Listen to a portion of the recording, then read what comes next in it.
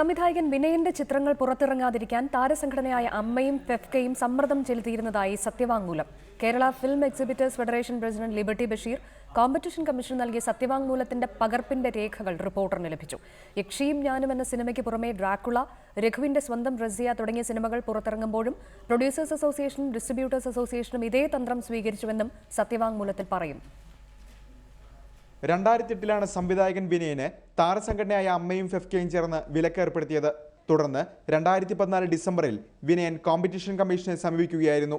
താൻ സംവിധാനം ചെയ്ത സിനിമകൾ റിലീസ് ചെയ്യാൻ അനുവദിക്കുന്നില്ല, അഭിനേതാക്കളോടും ടെക്നീഷ്യന്മാരോടും തന്റെ സിനിമയുമായി സഹകരിക്കരുതെന്ന നിർദ്ദേശം അമ്മയും ഫെഫ്കയും നൽകി തുടങ്ങിയ കാര്യങ്ങളാണ് വിനയൻ പരാതിയിൽ പറഞ്ഞിരുന്നത്. പരാതി സ്വീകരിച്ച കമ്മീഷൻ അഭിനേതാക്കൾ, സംവിധായകർ, നിർമ്മാതാക്കൾ തുടങ്ങി 25ലധികം പേരുടെ മൊഴി രേഖപ്പെടുത്തിയിരുന്നു. Kerala film exhibitors federation president liberty Basheer competition commission നൽകിയ സത്യവാങ്മൂലത്തിൽ അമ്മയുടെയും ഫെഫ്കയുടെയും നിർമ്മാതാക്കളുടെയും സംഘടനയുടെ പ്രതിനിധികൾ വിനയനെതിരെ നിലപാടെടുക്കാൻ സമ്മർദ്ദം ചെലുത്തിയെന്ന് വ്യക്തമാക്കുന്നുണ്ട്.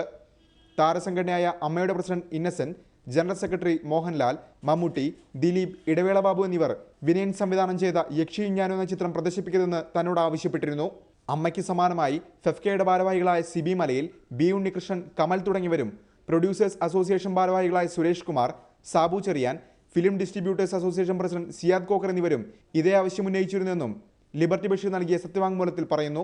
2011 വിനയൻ സംവിധാനം ചെയ്ത രഘുവിന്റെ സ്വന്തം റസിയ പുറത്തിറങ്ങുമ്പോഴും 2013 ഡ്രാക്കുള റിലീസിന് തയ്യാറെടുക്കുമ്പോഴും സമാനമായ രീതിയിൽ അമ്മയും ഫെഫ്കയും സമ്മർദ്ദം ചെലുത്തിയെന്നും ലിബർട്ടി ബഷീർ നൽകിയ സത്യവാങ്മൂലത്തിൽ വ്യക്തമാക്കുന്നുണ്ട്.